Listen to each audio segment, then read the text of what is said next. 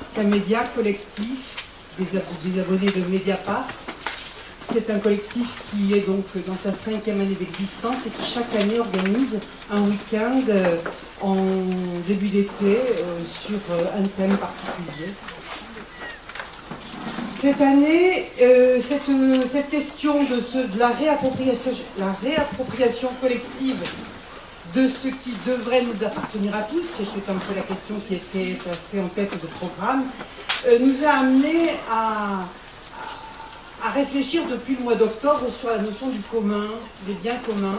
Et puis au fil du temps, on s'est rendu compte que c'était un concept dont on parlait de plus en plus. Plusieurs livres sont parus dans l'année, bien sûr qui avaient été commencés bien avant que nous ne réfléchissions. Mais il y a quelque chose dans l'air du temps qui est autour de cette question des communs, du bien commun et de la réappropriation démocratique. Donc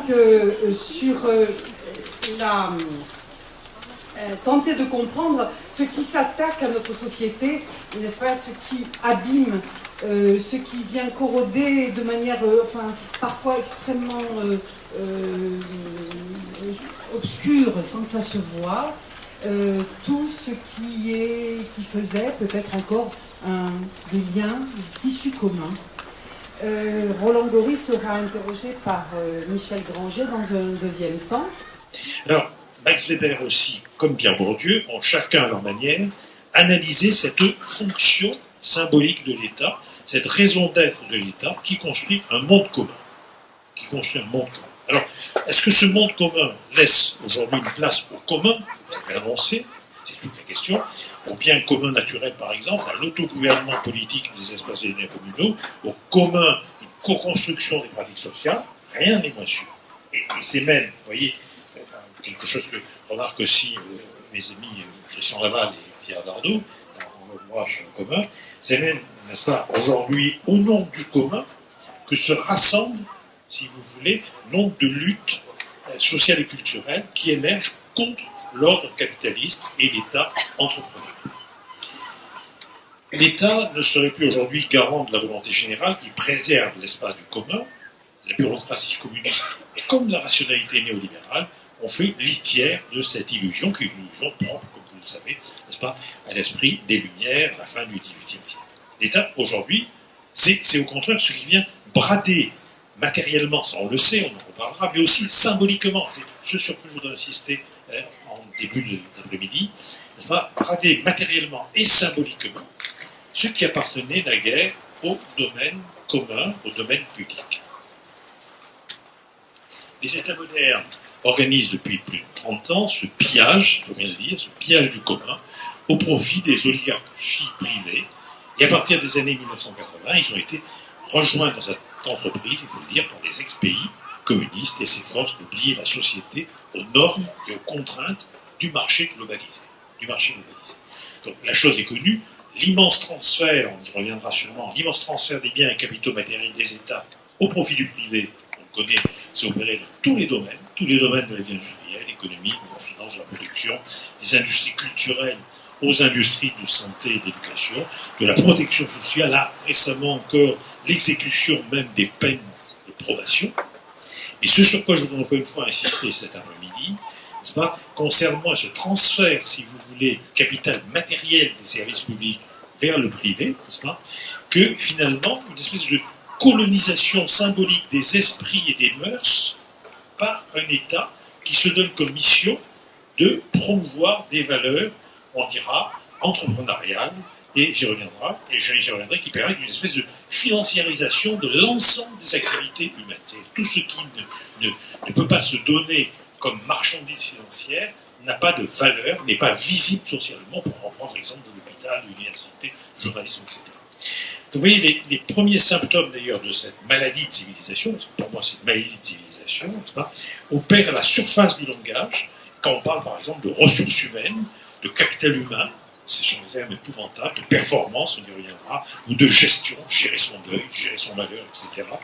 Ou lorsqu'on parle de manager de santé, n'est-ce pas, à la place de cadre infirmier par exemple, n'est-ce pas, lorsqu'on parle de compétences sociales et cognitives, n'est-ce pas, les enfants vont à l'école pour acquérir des habiletés sociales et des compétences cognitives, il va de soi qu'on donne un certain monde, on fabrique un certain monde, c'est-à-dire on fabrique, si vous voulez, une certaine subjectivité qui constitue à ce moment-là une machine de gouvernement.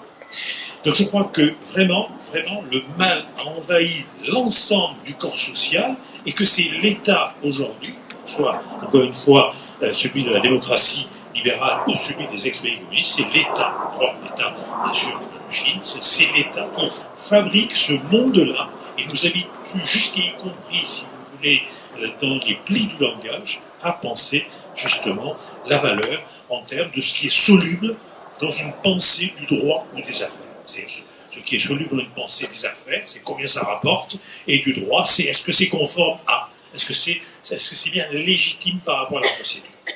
Et ma petite histoire partait simplement, vous l'avez compris, de l'oubli de la finalité de ce que nous faisons dans notre existence, comme dans nos pratiques professionnelles, au profit d'une évaluation des moyens, une évaluation des résultats à court terme en termes d'indicateurs quantitatifs de performance. Donc je crois qu'aujourd'hui, nous assistons tous les jours à la tyrannie envahissante des normes techniques, des standards de gestion, des critères de benchmarking, de l'entreprise des classements et des palmarès et des notations. Ils ont une fonction essentielle. À mon avis, on sous-estime, n'est-ce pas, cette fonction symbolique essentielle. Ce sont des dispositifs de servitude volontaire. Ce sont des dispositifs qui fabriquent de la soumission sociale librement consentie et sont des dispositifs, n'est-ce pas, qui régulent socialement les relations entre les citoyens en rationalisant, fragmentant, contrôlant, conformisant l'ensemble des actes qu'ils accomplissent. Or, s'il y a fragmentation, s'il y a rationalisation, s'il y a, si vous voulez, normalisation, il est de plus en plus difficile de construire ensemble des pratiques sociales.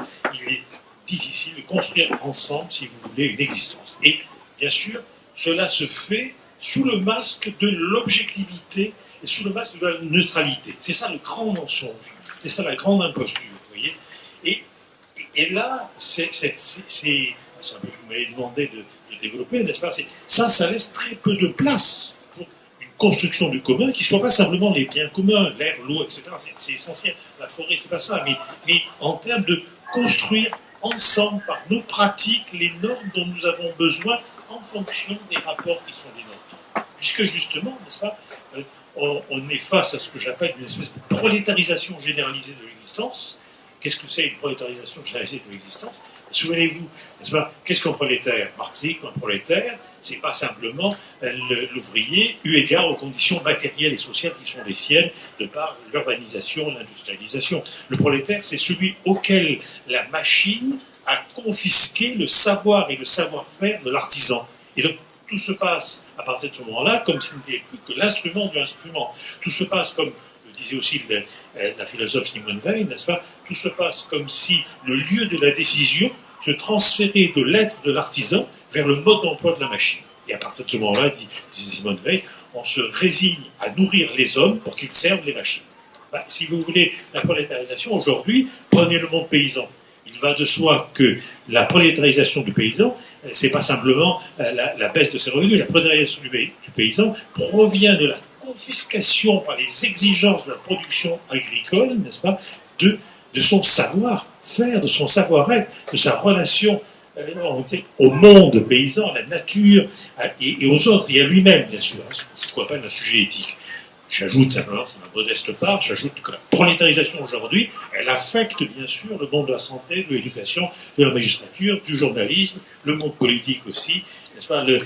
Pourquoi? Parce que, eh bien, le médecin, l'infirmier, l'orthophoniste, le psy, l'éducateur, l'enseignant, le chercheur, les journalistes, l'acteur culturel, voient leur savoir d'artisan confisqué par les exigences de machines immatérielles mais bien réelles, que sont les protocoles standardisés, que sont les tarifications diverses et variées. Et à partir de ce moment-là, nous ne faisons que appliquer, exécuter, vous voyez, le mode d'emploi. C'est que nous sommes vraiment, j'y reviendrai tout à l'heure, nous sommes vraiment dans une civilisation que Jacques Ellul avait tout à fait perçue, d'un système technicien qui nous dépossède de notre capacité de décider, de penser, d'élaborer et de sentir moralement les choses. la technique, n'est-ce pas, n'exige pas une pensée, elle n'exige pas, si vous voulez, un état d'âme, elle exige purement et simplement une exécution. Eh bien, nous sommes dans ce système-là. Et dans ce système-là, il est extrêmement difficile de construire ensemble du commun. Alors, juste pour terminer cette petite introduction, juste pour dire que je propose aussi de rapprocher, si vous voulez, ce qui se produit au niveau de la colonisation des esprits à ce que l'on a pu appeler, vous voyez, à un moment donné, le mouvement des enclosures, c'est-à-dire le mouvement qui a démarré au XIIe siècle en Angleterre et puis essentiellement au XVIIe, XVIIIe, qui a vu à un moment donné les propriétés du commun, n'est-ce pas, encloses, c'est-à-dire qu'elles ont été privatisées. Elles ont été privatisées, soi-disant pour de bonnes raisons, y compris écologiques, parce que ça a évité, n'est-ce pas, la dégradation des terrains, parce que ceci, parce que cela. Enfin, on sait bien, il y a eu véritablement une privatisation qui a été un premier acte, pourrait-on dire, de fondation de ce qui va devenir, comme vous savez, le capitalisme. Eh bien, pour moi, aujourd'hui, nous sommes dans un mouvement des enclosures des esprits.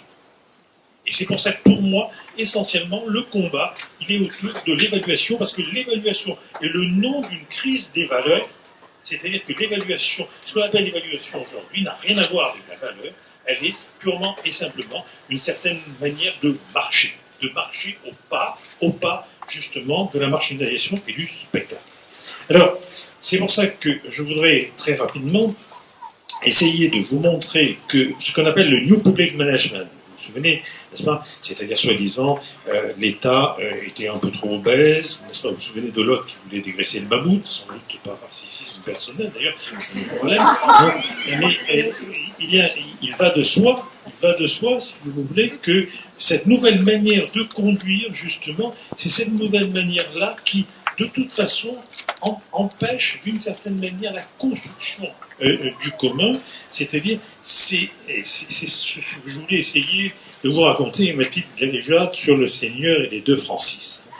Donc l'évaluation par les indicateurs de performance, et c'est ça qu'on fait passer partout, se préoccupe moins de la finalité de nos actions que de leur conformité à des activités chiffrées. Je pense que beaucoup de gens ici qui travaillent à l'université ou à l'hôpital, etc., pour en parler.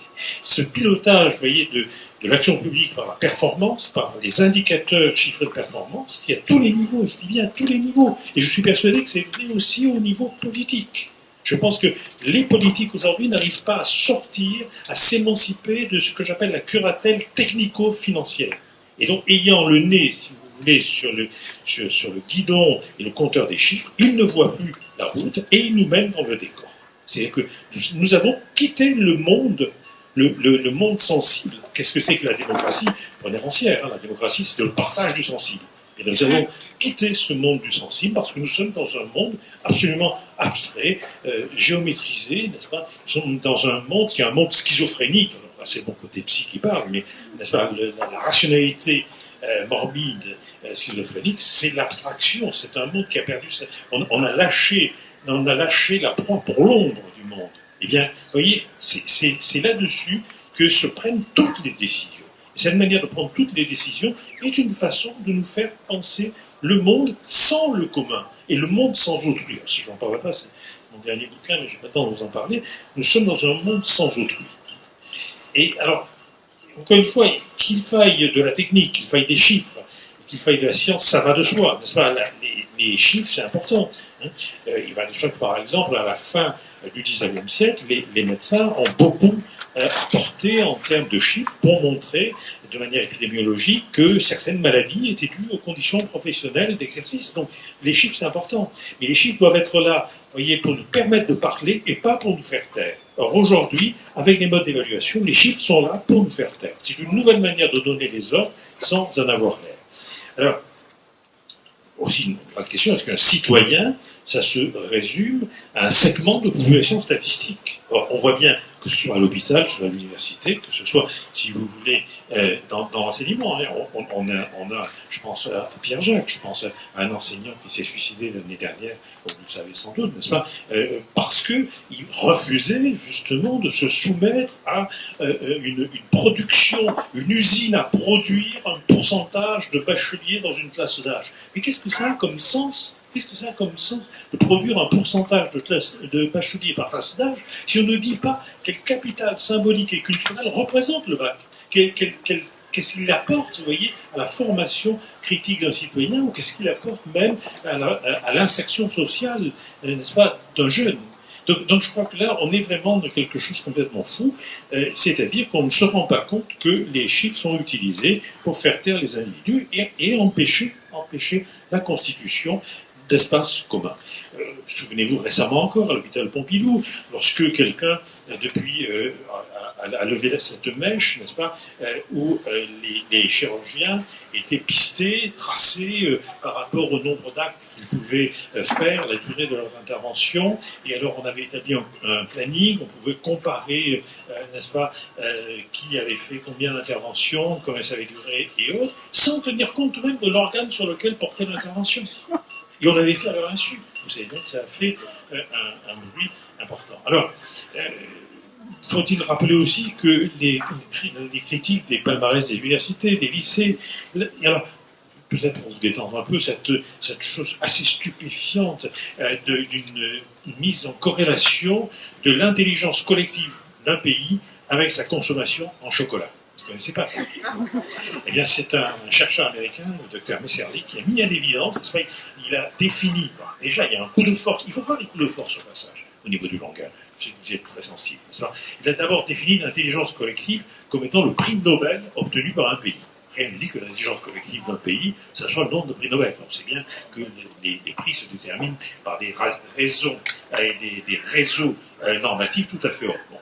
Et nombre de prix de Nobel et nombre de consommation de kilos de chocolat.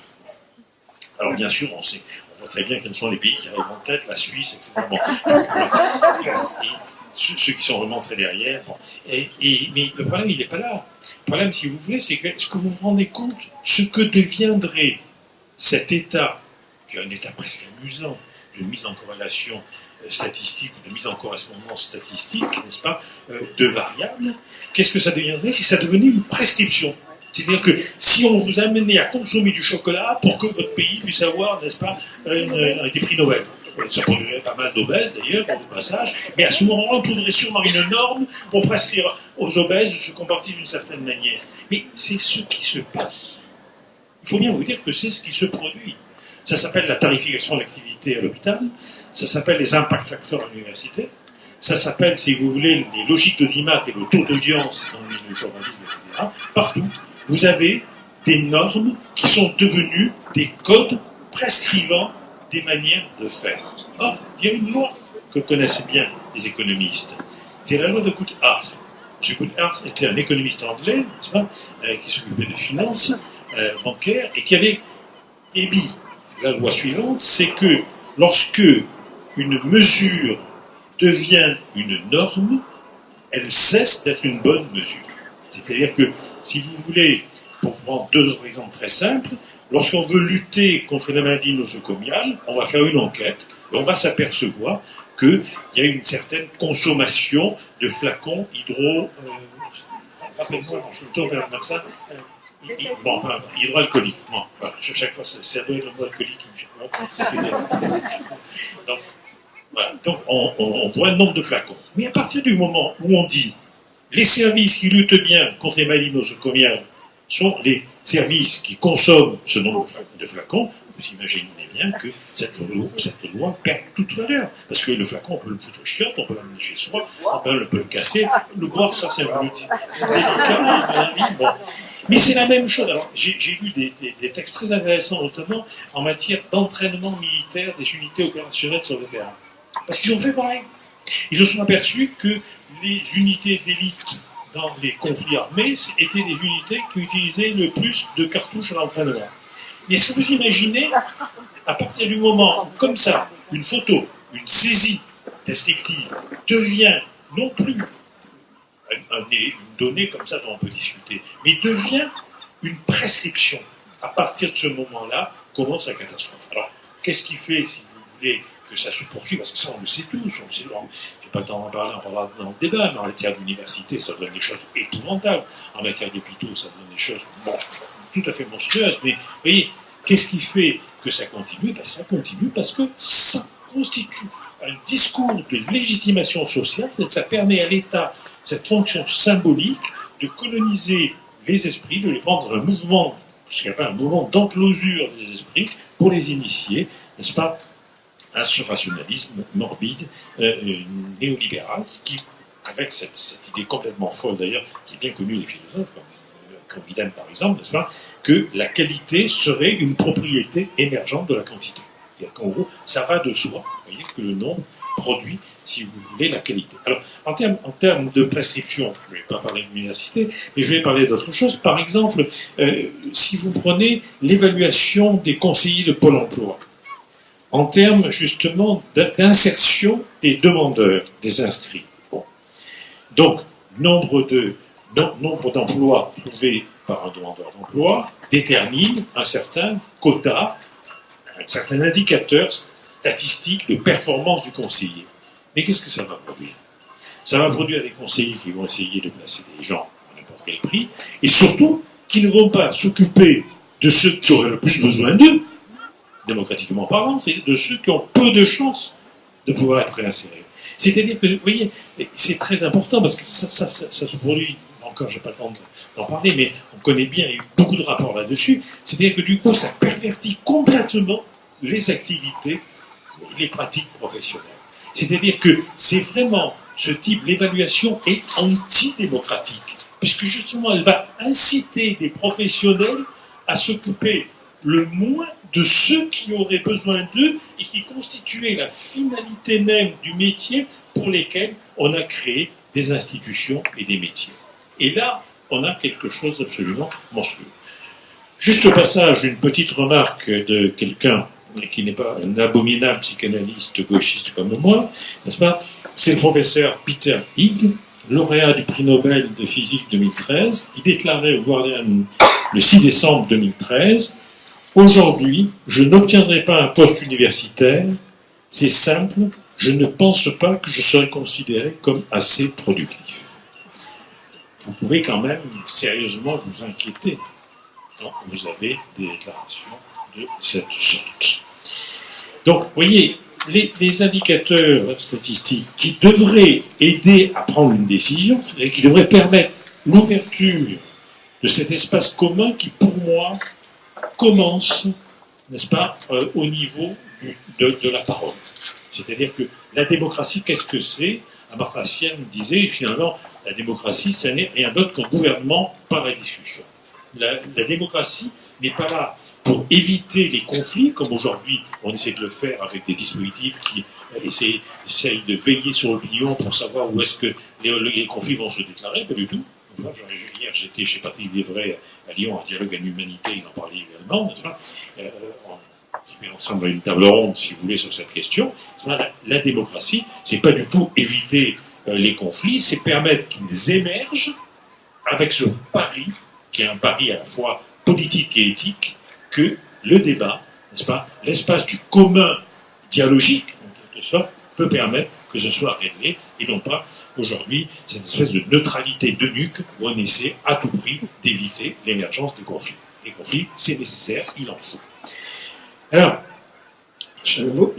les indicateurs là peuvent jouer un rôle. Je crois que, encore une fois, c'est important. Il ne faut pas croire que j'ai une haine pour les chiffres ou les statistiques, ça m'intéresse beaucoup, mais à condition qu'ils puissent être des données dont on parle et non pas quelque chose qui vient se substituer à la décision et dont on voit très bien d'ailleurs comment ça se rapproche de ce qu'on appelle les procédures, c'est-à-dire la pensée du droit qui envahit, comme vous le savez, les rapports sociaux. Il y a une espèce de judiciarisation des relations sociales qui participe de l'américanisation du style de vie, il faut bien le dire, n'est-ce pas?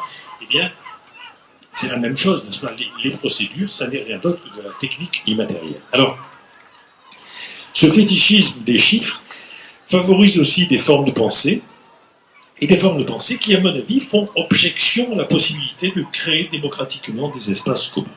Je crois que les formes actuelles de l'évaluation sont le cheval de Troie d'une logique de marché, d'entreprise, de spectacle, de financiarisation, n'est-ce pas, qui pénètre des secteurs de l'existence sociale qui jusque-là étaient exemptés, comme la santé, comme l'éducation, comme la justice, n'est-ce pas, comme la recherche, comme le journalisme, etc. Vous voyez, et je crois que quand on sort la neutralité et l'objectivité, n'est-ce pas, il faut bien voir, moi je pense à cette phrase d'Adorno que j'adore Adorno cette phrase, lorsqu'il dit que l'objectivité dans les relations entre les hommes, qui fait fi de toute idéologie, est déjà devenue en elle-même une idéologie qui nous invite à traiter les hommes comme des choses. Ben, je crois que, vous voyez, lorsqu'on parle justement d'indices objectifs, etc., je crois qu'on oublie à ce moment-là cette espèce de chosification du vivant.